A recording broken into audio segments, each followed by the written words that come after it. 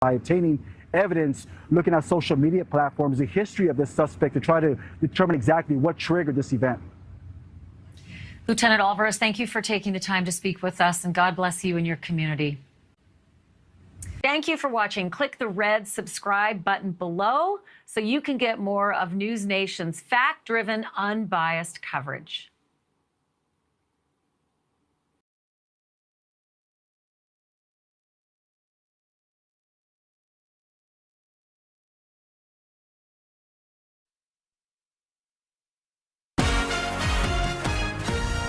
We continue to learn new information tonight from the Texas Department of Public Safety about the shooting earlier today at Robb Elementary in Uvalde, Texas. We now know the suspect in this attack was armed with a rifle and wearing body armor when he entered the school.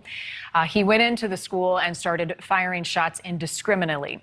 He also shot at authorities. They fired back, killing him. He also shot his grandmother before going to that school. We do not know her condition tonight. I want to bring in retired Texas Ranger Brad Oliver now. Sir, we appreciate your time. In an investigation like this, as you're trying to process this scene, walk us through what investigators have on their hands right now. They have a large crime scene that they are going to meticulously go through, take their time. And what everybody needs to realize is that every resource that the state of Texas has is being given to that school district, that city of Uvalde, all local law enforcement.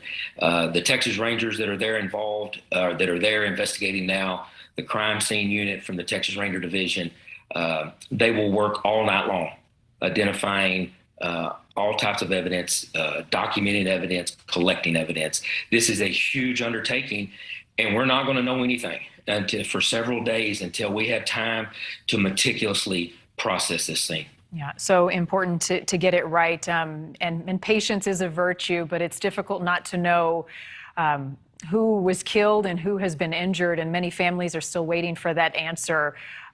In a situation such as this, how do they coordinate law enforcement and communicating with the families, the delicate process of trying to process that scene and get the answers that so many desire? Well, they will, there's going to be a unified command. There'll be a command post. There's going to be one agency that's going to be in charge. They're going to be directing all the ins and outs, directing all the investigators how this is going to go. They want to make sure that they get all the information before they start telling this and providing this to the public, because we don't want to say anything wrong, right? And I know it's hard that we don't know things right now, but people are going to have a little bit of patience. I know it's hard. I couldn't even imagine what's going through all the parents there now and the people in Uvalde, but it's just going to take time. The Texas Rangers are the absolute best at doing this. Unfortunately, this is not the first time that the Rangers have had to work a mass shooting like this. So you can be guaranteed that they're absolutely doing the utmost job to get all the facts. So you've got a group of investigators, a team of law enforcement on the scene at that school, and then I would imagine you have another team digging into the past of the gunman, trying to learn more about what we know about him and how he got there today.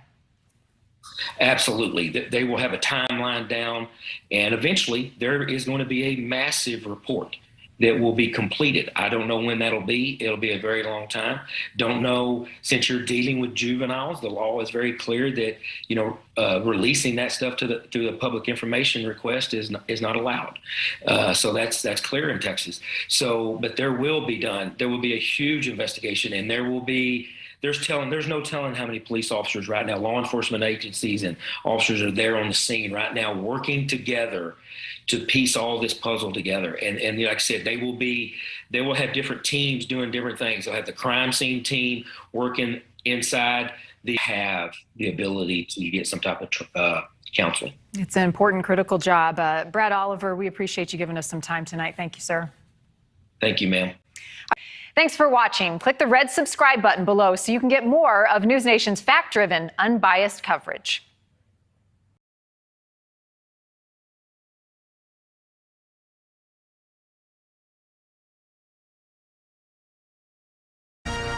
18 children and one adult killed in a senseless mass shooting at an elementary school in Uvalde, Texas earlier today. And tonight we are learning new information from the Department of Safety in Texas. This also being confirmed on the ground by our reporter that the suspect in today's shooting, 18-year-old Salvador Ramos, was armed with a rifle. He also was wearing body armor and he entered the school firing shots indiscriminately. When law enforcement entered the school, the suspect returned fire. We also know at this hour he shot his grandmother. We do not have an update on her condition. I'd like to welcome in Lieutenant Christopher Olivares with the Texas Department of Public Safety. Thank you for being with us tonight. What more can you add that you all have learned at this hour? Right, so good evening, great to be with you. So as we know right now, the suspect was involved in a family disturbance with his grandmother earlier today, in which he did shoot his grandmother. At that point, local law enforcement received a call of a crash and a man with a gun in close proximity where the school's at. At that point, the suspect made entry into the school. At that point, he started shooting children, teachers, anybody that was in his way. He was shooting every single person that was in front of him. We had local law enforcement, brave law enforcement. That's one thing I want to point out too and acknowledge that we had brave law enforcement respond to the scene and make entry into this school in which they were met with gunfire by the suspect. The suspect was wearing some type of body armor, and we had several police officers that were shot. At that point, we had a tactical law enforcement team arrive on scene. Again, they were able to make entry. They were met with gunfire by the suspect. They were able to shoot the suspect, and right now the suspect is deceased. As of right now, we have 18 children that are deceased, as well as 2 adults that are deceased. And right now, we're still waiting on the conditions of the grandmother that was shot earlier today. Lieutenant, one of the adults who was killed, is that the shooter?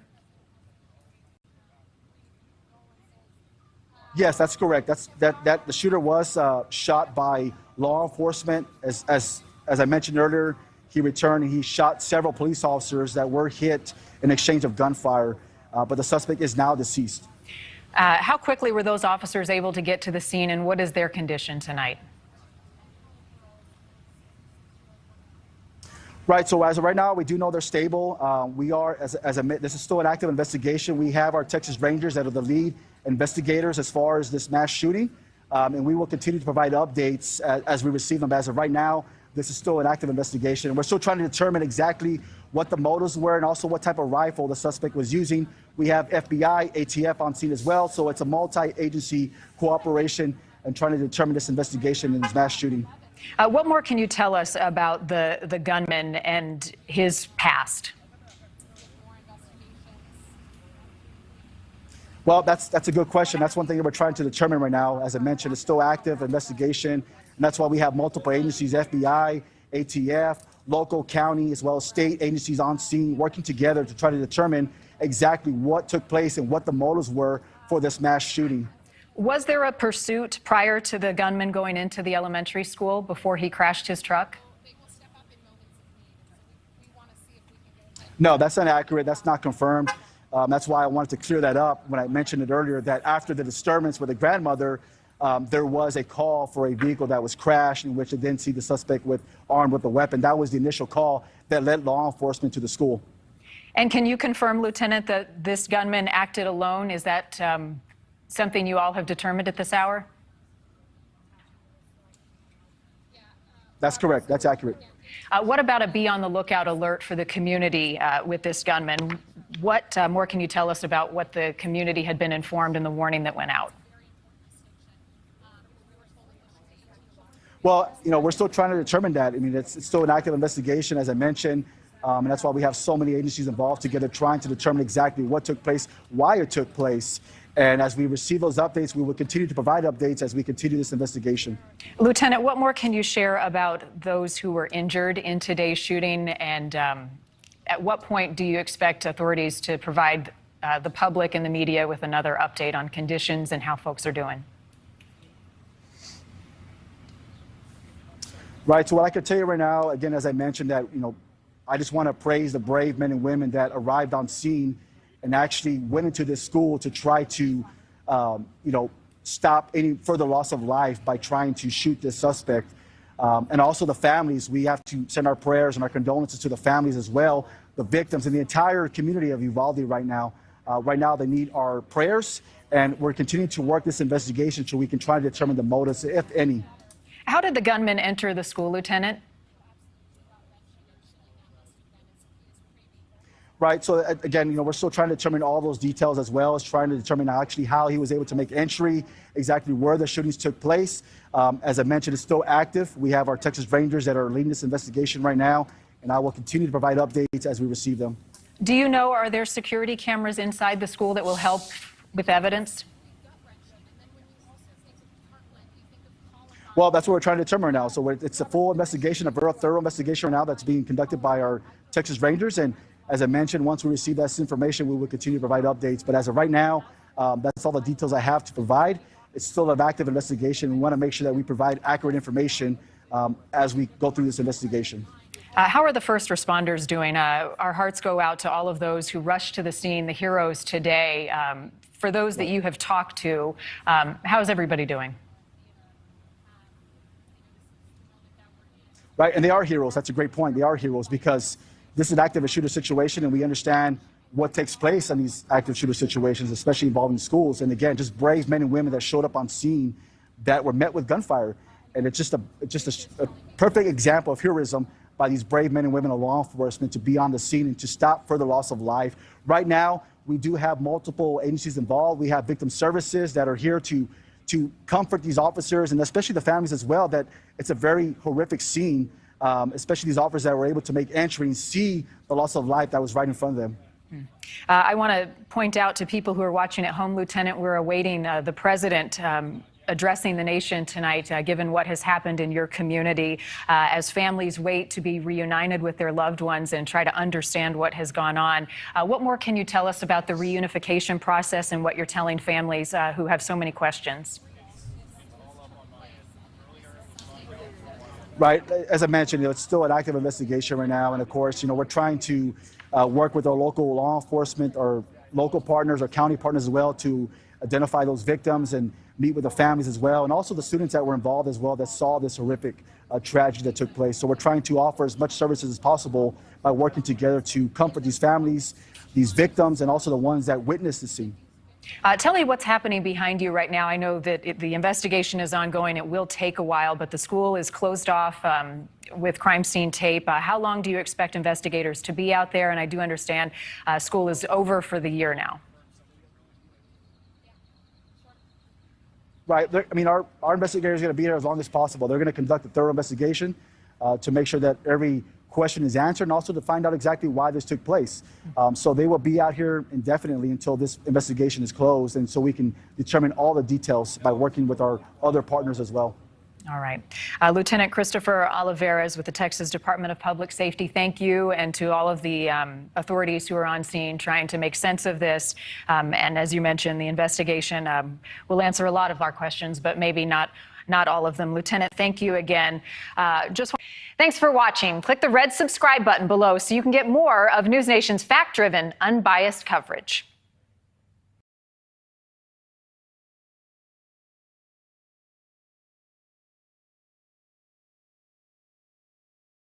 I want to bring in Allie Bradley now. She is a journalist who has been on the scene in Uvalde, Texas, really since the beginning. She was nearby and was able to rush there as things were happening and law enforcement was arriving. Allie, thank you for your time tonight. I know you spoke with people who were close and watched the situation unfold. What did they tell you?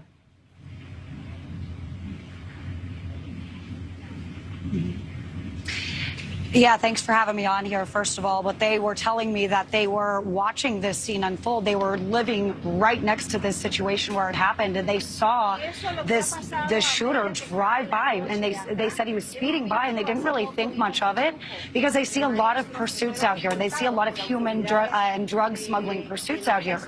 So they didn't really think anything of it, and the truck crashed nearby the school. And so they watched people from the funeral home run out and kind of run to the aid and see if everybody was okay. That's when they said the shots really started firing. They watched that shooter run towards the school and jump over the fence and actually gain access to that school. Now, they said it didn't look like he necessarily had an agenda to get to that school, more like he crashed nearby and went over there and had the gun with him. And of course, the grandmother's house is just about a mile away from where this school is. And so they were telling me that one of them actually went to school with him. And he was saying, 2 years ago when he was in school with him, that they were in PE together. He said that he never suspected anything. He said that the shooter didn't display any kind of behavior that they would have anticipated that he would have ended up shooting and killing 18 kids. It is nothing that he ever thought would have happened. He used the word sketchy. There was nothing sketchy about him. Now, I just left from one of my sources' homes, actually, who had a child in that school. Thankfully, those children are home with them safely. The third grade boy was able to tell me what he witnessed. He saw the shooter. He saw him fire shots, and he goes, "Oh my gosh, I know this man is not worried about hurting people." And I asked him if he has to go back to school, and he says he did not want to go back to school. He said he didn't know if he was going to survive, and he said they were at recess when this happened. I asked if he knew what they were supposed to do, and he said no. They just basically all ran back inside, and he said that, he heard all the shots being fired. And so right now he's saying he's traumatized, and he doesn't want to go back to school, and he's a third grader. So this is what we're dealing with right now in this really small community. And I mean, really, this response, how quick it was, it's because of the crisis that's going on right here that I've been down here covering, which is why I was so close. It's because we've been covering the influx of illegal immigration here along the southern border.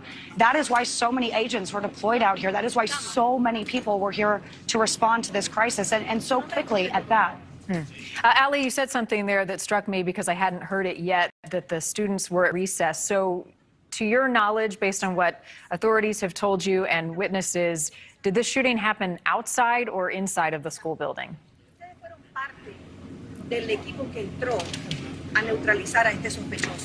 I don't have that confirmed, so I'm not really comfortable going with that, but I can tell you the first dispatch call was around 11:40 this morning. Ali, the community, there's a lot of resources that are going to be pouring in for folks in that community to try to deal with this and comprehend it. The school has been canceled for the rest of the year. What is the latest and the status of the Family Reunification Center and how information is being fed to families right now?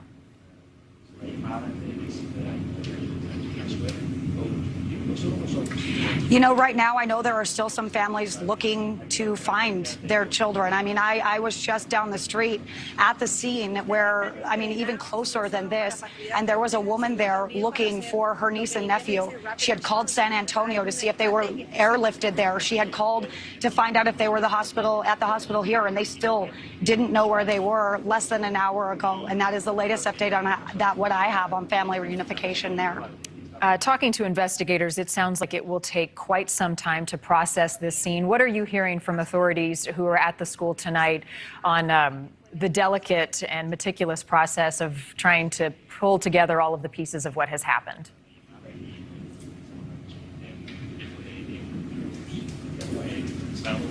You just heard the former chief there talk about their children involved here, right? So this is extremely sensitive. And you've got third graders saying that they didn't know if they were going to survive this. So it is going to be a long process, and there are a lot of agencies involved. And so, I don't believe we'll hear a lot of details anytime soon. But, I can tell you, and I don't know if this has been widely reported with you or not, but I have, of course, several very credible sources here, again, who have children in these schools. And they're telling me that when they came here to search the perimeter, they actually found loaded magazines for AR-style rifles out there near the school. And so they're going to be piecing a lot of these things together that, haven't really been released yet, Marnie. Ali, tell us more about Uvalde, the community. It's a small, close-knit town. It's seemingly small enough that everybody sort of knows everybody else. You've been there a while. You've been in these communities. Tell us more about the people there.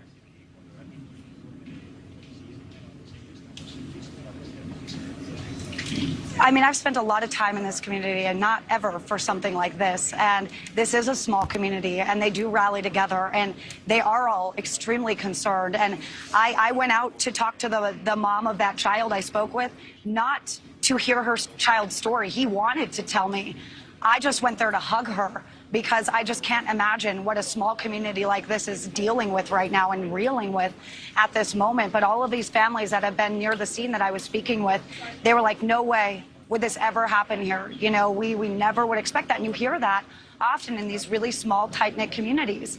But it's a border community where they've always rallied together and they've always supported each other and supported law enforcement. And you see this show of force with law enforcement supporting them as well.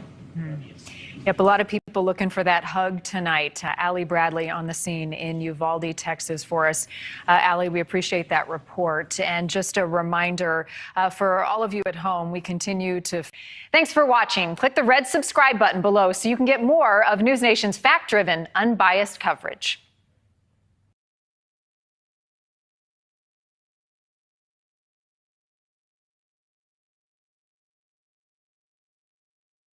This is an ABC News special report.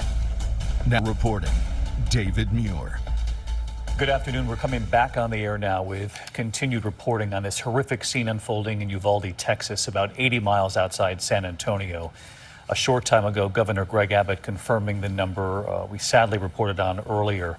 14 children, he confirmed, have been killed in this shooting, along with a teacher at Robb Elementary School in the Uvalde district there. The alleged gunman is also dead, and we have just received an image of that gunman, 18 years old. Our investigative reporter, Aaron Kotursky, with me now. Aaron, what more do we know about this suspect who is now dead, believed to be a member of that community and that school district? Indeed, David. He's identified by the governor of Texas as 18-year-old Salvador Ramos, a student at Uvalde High School, and he is believed to have shot and killed his grandmother before entering Robb Elementary School and opening fire with a firearm that has not yet been made clear, according to police. They're still trying to track down the weapon. Shot and killed 14 elementary school students along with one teacher. And law enforcement sources tell us, David, that the suspect, 18-year-old Salvador Ramos himself, was killed there at the scene. And Aaron, again, Salvador Ramos believed to be a student in that district. A student in the very community where he opened fire, it's believed, according to police, a student at Uvalde High School. Whether he was still going to classes or whether he had stopped going hasn't been made clear. But according to the governor of Texas, Greg Abbott, Salvador Ramos is or was a student at Uvalde High School, the very community where Robb Elementary School is located, that came under fire by this gunman after he had shot and killed his grandmother. Authorities are now trying to go through his background to see what connection he may have had to that elementary school. They're also trying to run down social media and find any potential friends or acquaintances just to see if there were any accomplices or anyone else who may have had an inkling that this shooting was about to come, David. All right, that is the major headline coming in right now. The suspect, the image of him just a short time ago made public. Again, an 18-year-old believed to be a member of that community and a student at the high school there. Governor Abbott, again, confirming that number we came on the air with a bit ago, earlier this afternoon, when we reported that we believe that up to 14 children could be dead. And now, sadly, the governor has confirmed those numbers, along with just a few more details of what played out this afternoon. Let's listen to the governor now.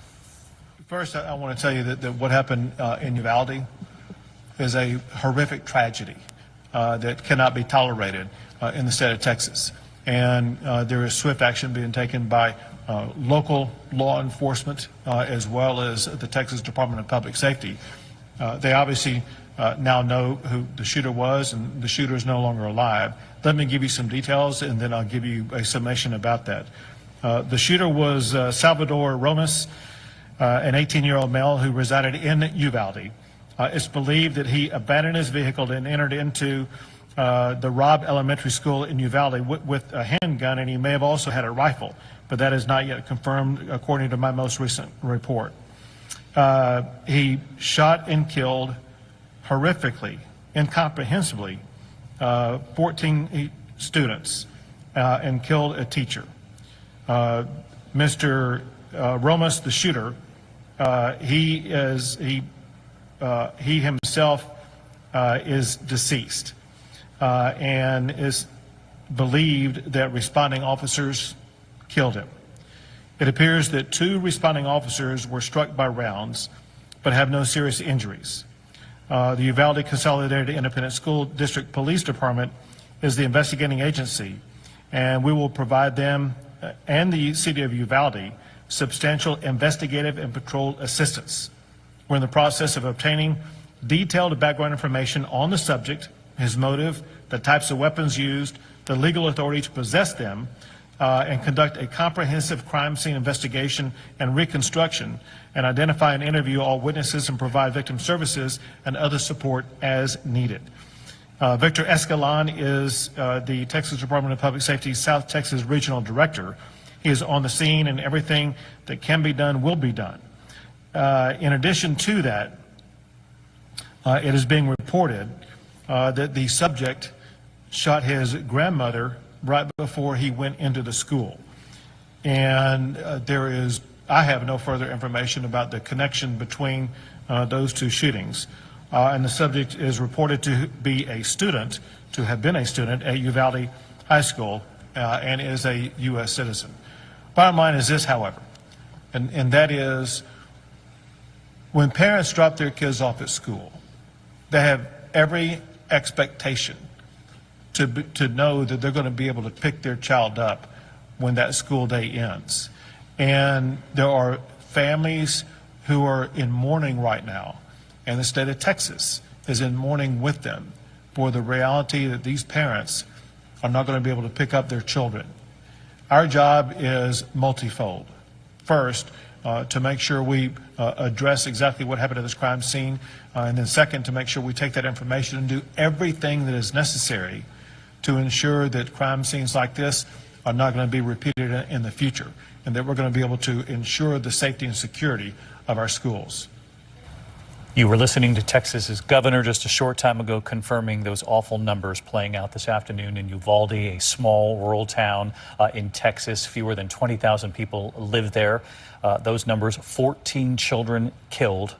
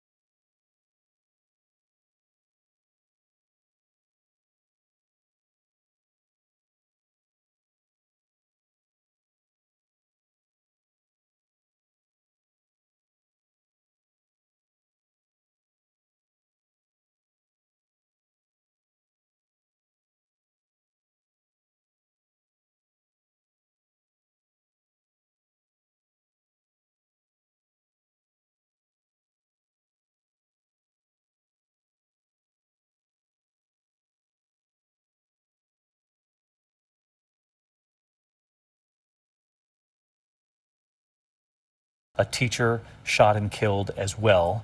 You heard the governor there talk about the suspect's grandmother also prior to this shooting. The governor said, I can't give you more information on how those shootings are linked, though presumably he killed his grandmother and then headed to the school, though we'll wait for authorities to confirm that when they do come before the cameras this afternoon. As you've been watching with us throughout our reporting this afternoon, the size of law enforcement, the presence on the scene continues to grow.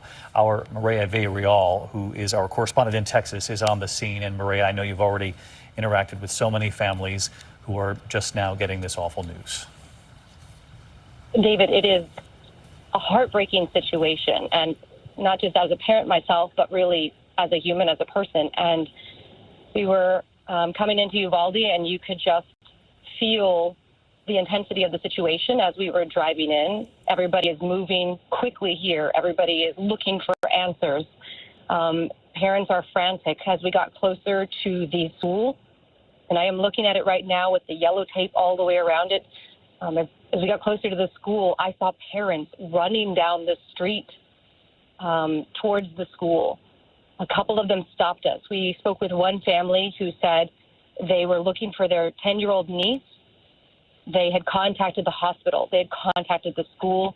They had reached out to people in San Antonio as well because they've heard that that's where victims were taken, and they could not get any information.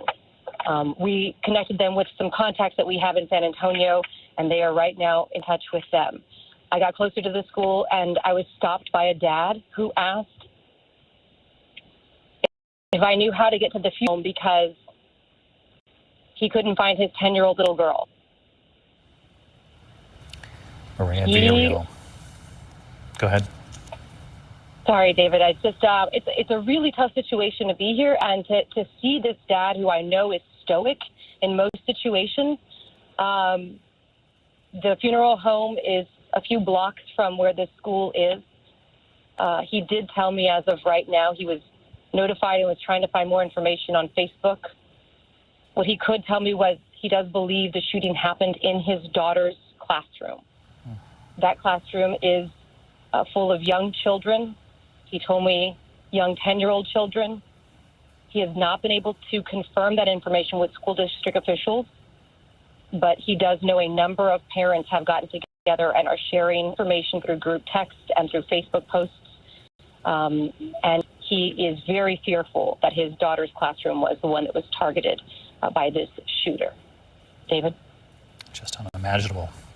Maria Villarreal with the story of just one father now trying to find his own child after word of this horrific shooting in Uvalde, Texas. Governor Abbott confirming those numbers that we had reported earlier. 14 children killed in this shooting, a teacher killed, and Governor Abbott adding to that word that the suspect, he said, shot and killed his grandmother right before the shooting at that school. I want to bring in Pierre Thomas, our Chief Justice correspondent in Washington. And Pierre, as I mentioned just a moment ago, law enforcement, the presence growing by the minute there on the scene. And I know federal authorities have been watching this since first word. David, they have been confirming the information that the governor just recently spoke of. And David, I can tell you that there's growing concern that we are in the midst of a surge of these kinds of incidents. Just last week, as you and I were in Buffalo, an 18-year-old there accused of murdering all those black people. Now we have an 18-year-old in that community, believed to be a part of that community, killing so many young people and a teacher. Sources are, in fact, telling me about concern. They're trying to run down this information that he may have, in fact, killed his grandmother. They are doing a deep dive on social media posts by this young man to glean what he was thinking, what he was writing, what he was posting in recent days. This is a full court tilt right now to make sure no one else has knowledge. There are some additional people that they have some questions about. David. Pierre Thomas tracking this in Washington. We are set to hear from authorities there on the ground in Uvalde. Their first time before the cameras addressing what's played out this afternoon. Let's listen. Good afternoon. As she mentioned, I'm going to make a statement, and at this point, we won't take any questions. We will give you a time. We'll be addressing the media soon. At approximately 11:32 a.m. this morning, there was a mass casualty incident at Robb Elementary School in Uvalde, Texas. The school has children that are in second, third, and fourth grade. I can confirm right now that we have several injuries, adults and students, and we do have some deaths. The suspect is deceased at this point. DPS is assisting with the investigation. And at this point, the investigation is leading to tell us that the suspect did act alone during this heinous crime. Families are being notified, and we are providing services to them as the district should. As far as the rest of the district is concerned, safety measures were taken to make sure that we had a safe release for the rest of the district throughout our city of Uvalde. And we had numerous law enforcement officers and agencies that assisted with the safety release for the students. We do want to keep all our families in their prayers. I hope you do as well. And we also want to respect the privacy of the family. And it's still being worked on. And again, we'll notify the parents and the families as soon as we have some news for them. Thank you so much. We greatly appreciate your understanding and patience with us. Please know at this time, we are only making a statement. We will be releasing more information as the investigation continues. We appreciate your courtesy. At this time, it concludes our press conference. Thank you. Authorities there on the ground beginning to offer more of what played out this afternoon, though they were very careful. They're not to actually give any numbers. The governor has provided those numbers, at least what we know so far. Again, you heard authorities there say this started playing out 11:32 a.m. Texas time in Uvalde. Of course, we know that is now about 80 miles outside of San Antonio, inside an elementary school. Authorities there saying students there are in the second, third, and fourth grades, though they say exactly which classroom or classrooms were targeted by this suspect. They did confirm what we believed already, that the suspect is deceased.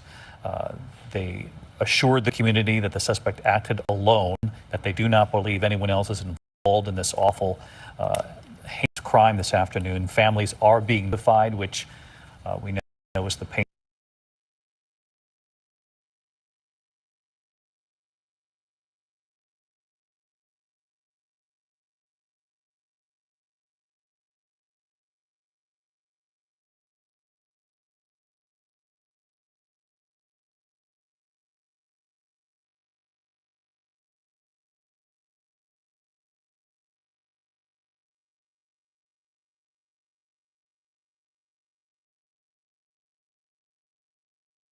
Which classroom or classrooms were targeted by the suspect.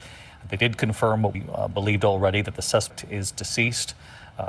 They assured the community that the suspect acted alone, that they do not believe anyone else is involved in this awful, heinous crime this afternoon. Families are being notified, which we know is the painful task that follows every single one of these shootings in this country, and that familiar request of the community and of the nation from authorities there to keep all of the families in our prayers. An extraordinary scene playing out in Texas, in Uvalde, Texas, late today, as we begin to get a clearer portrait of just the toll of the death at that school. And these were children, 14 children, a teacher, all killed.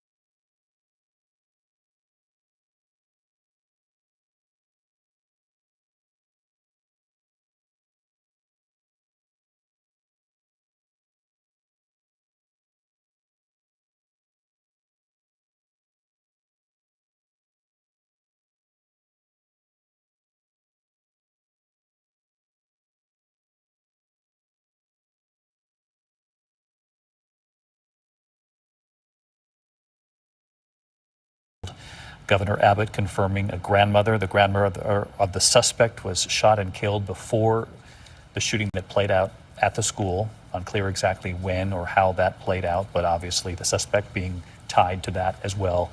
Let's bring in our senior investigative reporter, Aaron Katursky. Aaron, what more do we know about the suspect at this hour? I know the governor was very careful when talking about the shooting of the grandmother, but obviously authorities are pointing to these two shootings as clearly linked to this lone suspect, as we just heard from authorities moments ago.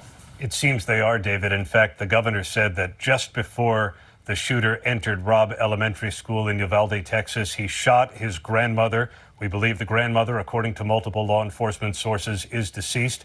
The gunfire then continued inside the elementary school, where the governor said 14 elementary school students were shot and killed, along with a teacher. A number of officers from a number of different agencies responded, including Customs and Border Protection agents, and they were involved in subduing the suspect. 18-year-old Salvador Ramos is how the governor of Texas identified him and said that he was shot and killed on the scene. Right now, authorities said that it's believed he acted alone, but David, they are scouring social media posts of his and running down any known accomplices to see if he may have given any hints about whether this was coming, why he may have done it. All of that remains under investigation. It's still a very active scene. Aaron Kotursky, stay with us here as we continue our coverage. I want to bring in Elizabeth Newman, an ABC News contributor, formerly with the Department of Homeland Security. And Elizabeth, when we were on the air about an hour ago together, you talked about the threat in this country and the warnings, quite frankly, from federal authorities that there could be more of this. And just look what's played out in the last week and a half here. 10 days ago, we were standing in Buffalo at the seat of that horrific shooting at the grocery store. 9 days ago, Laguna Woods, California, the man who walked into the church there. And now we're at the scene of a school shooting where we have now learned 14 children and a teacher have been killed. That's right. And unfortunately, we expect that we will see more of this. All of the federal government, law enforcement agencies have been warning that we're in a heightened threat environment that is inspired not only by ideological violent extremism. I want to bring in now Scarlett Lewis. Scarlett lost her son, Jesse, in the Sandy Hook massacre. Jesse was only 6 years old, but somehow had the wherewithal to scream and yell that the children should run for cover while the shooter was reloading. And those kids survived. 9 of them survived because of Jesse's heroics at age 6. Scarlett Lewis is his mom, and Dr. Steven Seeger is a psychiatrist who joins me as well. Scarlett, thank you for summoning the courage to talk to me tonight, because on a day like this, I just can't imagine what you are going through, feeling like, here we go again.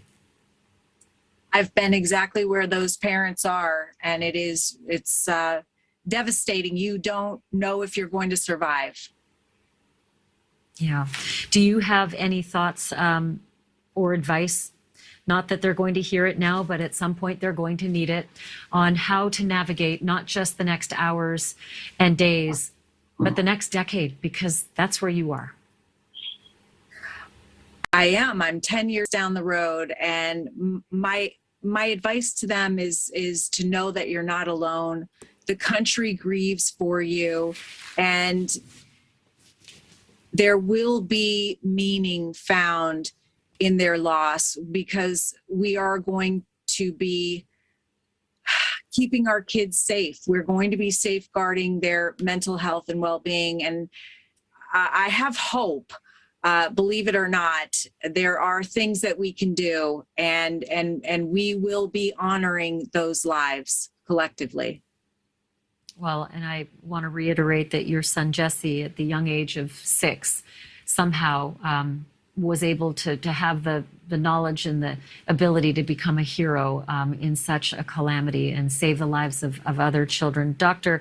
Seeger, those other children, we heard from Allie Bradley earlier that there were all these children out at recess who saw this. There were children in the classrooms who saw this.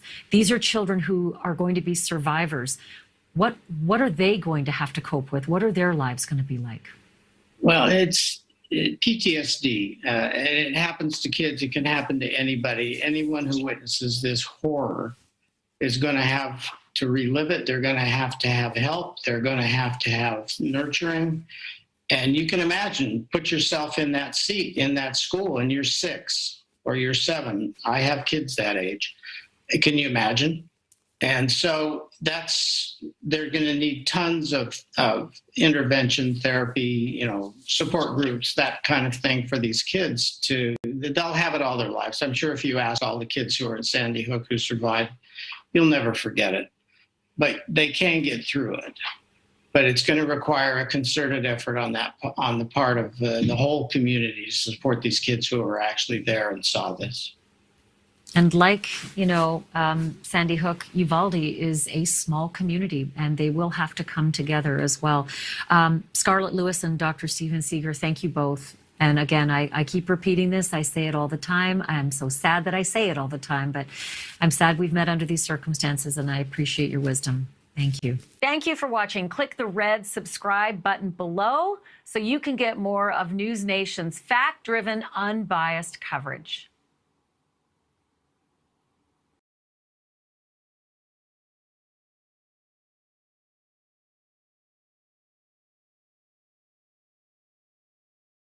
A woman from Red Wing area now has been arrested and charged in connection to the death of a baby boy who was found in the Mississippi River back in 2003. Investigators announcing that arrest and how they cracked that case this morning. Rob Olson live for us at the Goodhue County Courthouse tonight with more. Rob? Yeah, you know, and to be clear off the top,